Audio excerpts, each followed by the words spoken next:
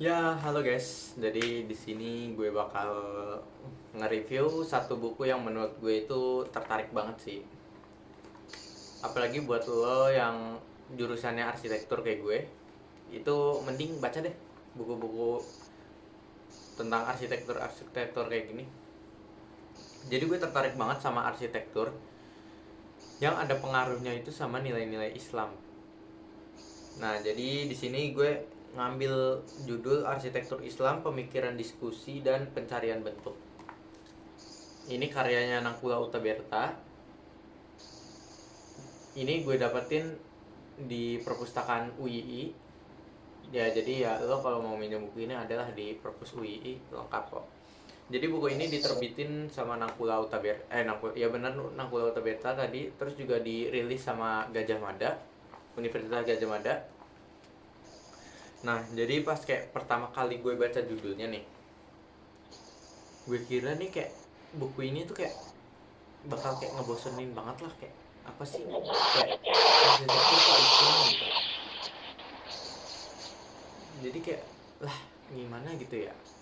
Terus jadi kayak buku ini tuh ngebahas tentang gimana gitu sebenarnya arsitektur Islam tuh nggak cuma soal bentuk aja. Nah, atau gaya-gayaan tuh kayak nggak cuma itu aja sih di buku ini tuh, nggak taunya, tapi kayak lebih ke nilai-nilai spiritual dan gimana caranya kita berpikir itu untuk mewujudkan suatu filosofi itu menjadi sebuah bangunan. Jadi di buku ini tuh ngejelasinnya kayak gitu. Untuk sedikit identitas buku, menurut menurut gue lagi salah. Jadi kayak identitasnya itu ada Nangkula Utaberta penulisnya, tadi udah gue jelasin juga kan. Jadi Nangkula Utaberta tuh ya udah bergelut lama banget lah di bidang arsitektur ini. Jadi ya menurut gue buku ini ya udah terverifikasi lah sama yang profesional. Jadi buku ini tuh kalau di sini ya di buku ininya tuh dia rilisnya itu di sekitar tahun 2008. Ini ada di sini sekitar 2008. Tapi walaupun kayak dia rilisnya di 2008 tapi masih relevan banget gitu loh di tahun-tahun sekarang tuh, apalagi zaman-zaman sekarang atau kedepannya lah, buku-buku kayak gini tuh masih penting banget soalnya ngebahas arsitektur Islam gitu. Jadi kalau gue habis baca ya, sebenarnya tujuannya buku ini tuh ini sih sederhana aja sih sebenarnya, kayak ngajak kita mikir sebenarnya desain arsitektur Islam tuh emang harusnya kayak begini ya. Misal kayak masjid deh. Nah, masjid tuh sebenarnya emang harus ada kaligrafi. Masjid tuh emang harus ada kubahnya. Masjid tuh emang harus ada menaranya gitu buat pertanda yang namanya masjid. Kan rata-rata masjid di Indonesia kan pasti pada begitu kan. Jadi di buku ini tuh ngejelasin lebih dalam gitu. Kenapa sih bentuk kayak gitu tuh terjadi gitu. Dan di situ juga kita bakal ngejelasin kayak penting nggak penting gitu. Penting nggak penting nih desain kayak begini nih, kayak ada kubahnya atau apalah, itu penting penting apa nggak penting sih sebenarnya di zaman sekarang. Jadi kita bakal bahas deh untuk dari bukunya dulu ya. Dari bukunya ini ada sekitar 6 bab. Bab yang terakhir itu isinya kesimpulan. Jadi kalau gue baca bab pertama itu kayak kita mulai dari pendekatan dulu, kayak ya intronya gitu, intronya tentang arsitektur Islam gitu. Jadi kita ngikutin dulu gimana sih arsitektur Islam itu awalnya terbentuk. Nah, karena sekarang tuh banyak bentuk masjid yang kayak gitu tuh, di bab satu ngejelasin kita tuh sebenarnya dapat bentuk dari itu tuh sebenarnya dari arsitektur Arab gitu, dari masa lalu, makanya sampai masih ada sampai sekarang. Di bab kedua nih dijelasin lagi lebih dalam. Jadi kayak sebenarnya arsitektur Islam di Indonesia tuh masih kurang kurang kurang kreatif, bukan kurang kreatif namanya, kurang ekspor sebenarnya. Jadi harusnya tuh tiap daerah itu punya budayanya masing-masing gitu, yang bisa memiliki Islam dengan ciri khasnya tersendiri di bangunan.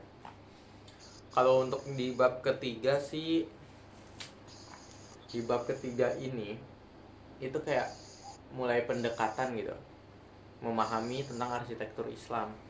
Jadi apa aja nih yang harus kita penuhi di dalam arsitektur Islam ini tuh.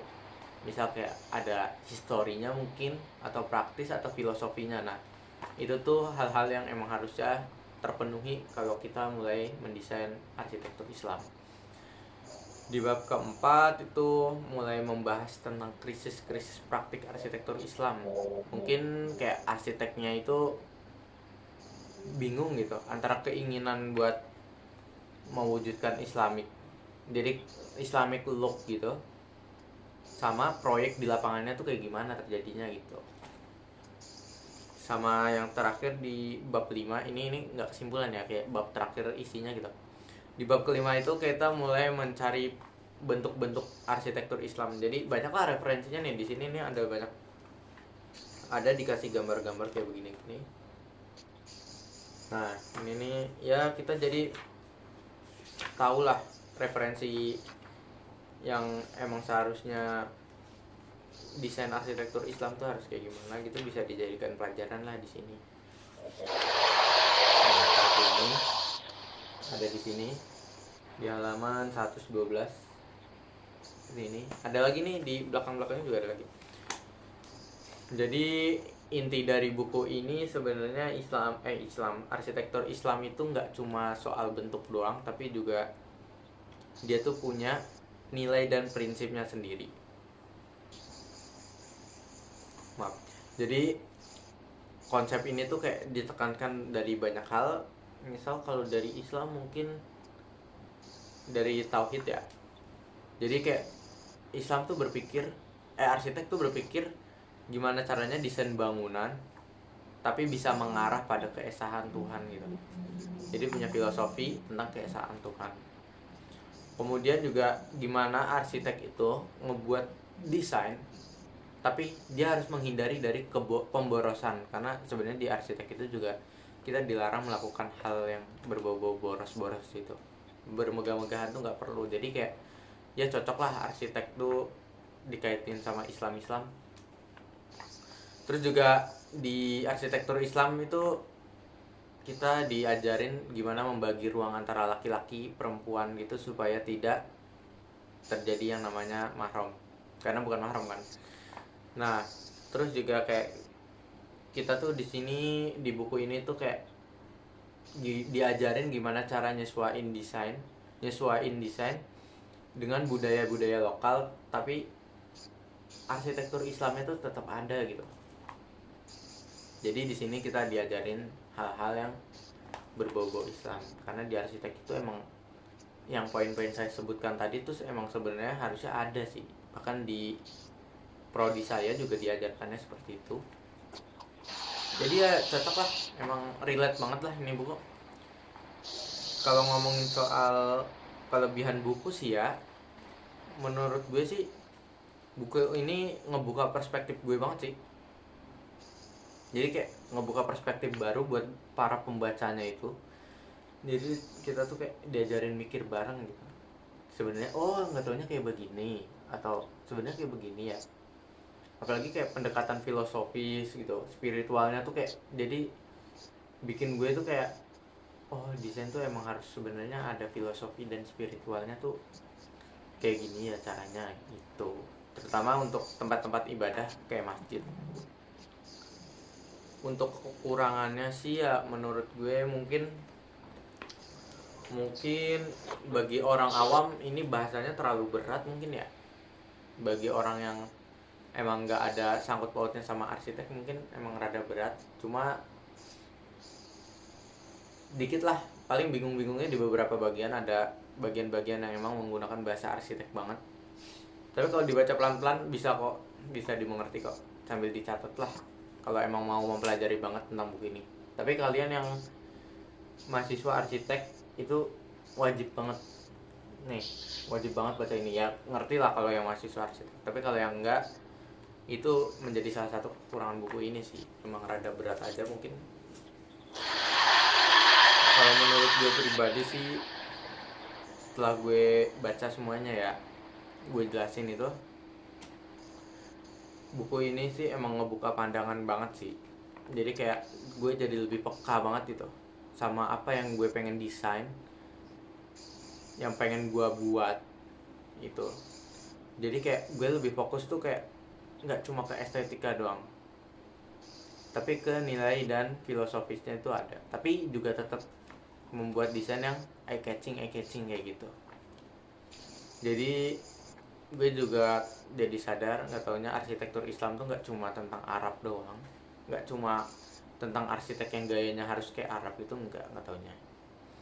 Jadi kayak ya di sini gue jadi belajar ruang-ruang itu bisa berfungsi sebagai ruang ibadah, ruang yang bisa membuat nyaman para penghuninya untuk melakukan sebuah ibadah. Jadi emang masih banyak sebenarnya masjid-masjid yang menurut gue kurang nyaman sih untuk ditempati, karena mungkin desainnya yang kurang relevan lah untuk di dunia ini, di Indonesia lah desain-desainnya. Ini emang harusnya lebih diperdalam lagi mungkin, supaya kita tuh lebih memahami arsitek Islam, terutama bagi arsitek-arsitek yang emang mendalami Islam banget di dalam sebuah desainnya itu. Jadi ngebuat tempat ibadah yang nyaman tanpa adanya pemborosan dana gitu. Jadi kesimpulannya, buku arsitektur Islam ini nggak cuma buku buat belajar sejarah atau teori aja, tapi juga ngajak kita semua tuh, terutama mahasiswa arsitek yang baca ini, itu buat lebih dalam mikir gitu. Jadi desain nggak cuma soal bentuk dan estetika aja, tapi juga soal makna. So, thank you buat kalian yang udah nontonin gue sampai akhir ngebahas buku-buku arsitektur kayak gini. Mungkin next time gue bakal ngebahas lagi buku-buku tentang arsitektur, mungkin ya tetap dengan bertemakan Islam atau enggak mungkin. Ya semoga bisa nambah wawasan kalian yang bukan mahasiswa arsitektur tentunya, buat lebih peka lah tentang bangunan-bangunan di sekitar kalian. Jangan kalian nggak peduliin bangunan-bangunan di sekitar kalian. Makanya kadang kalian tuh kalau masuk ke dalam suatu bangunan tuh kan pasti ada yang nyaman, ada yang enggak gitu. Terutama di masjid lah, pasti ada yang emang nyaman banget, ada yang enggak. Itu tuh karena adanya arsitektur. Jadi kalian emang harus peka. Sebenarnya kalian peka, cuma mungkin ya baca aja lah buku ini biar kalian lebih paham. So, thank you lah buat kalian yang udah ngedengerin gue ngoceh-ngoceh hari ini nih, ngoceh banyak banget lah tentang buku ini. So, thank you. Jadi kalau gue kurang dalam ngejelasinnya, jadi maaf aja, sorry aja ya, karena gue juga masih baru baca buku ini. Kalian baca buku ini aja kalau emang mau lebih paham lagi, lebih lanjut. So thank you, sorry kalau ada kata-kata gue yang nyakitin atau salah. Gue tutup pakai tadi gue nutup nggak pakai ini ya, assalamualaikum ya. Jadi ya nggak apa-apa, gue tutup pakai assalamualaikum juga lah. So wassalamualaikum warahmatullahi wabarakatuh. Next time ya kita lanjut lagi.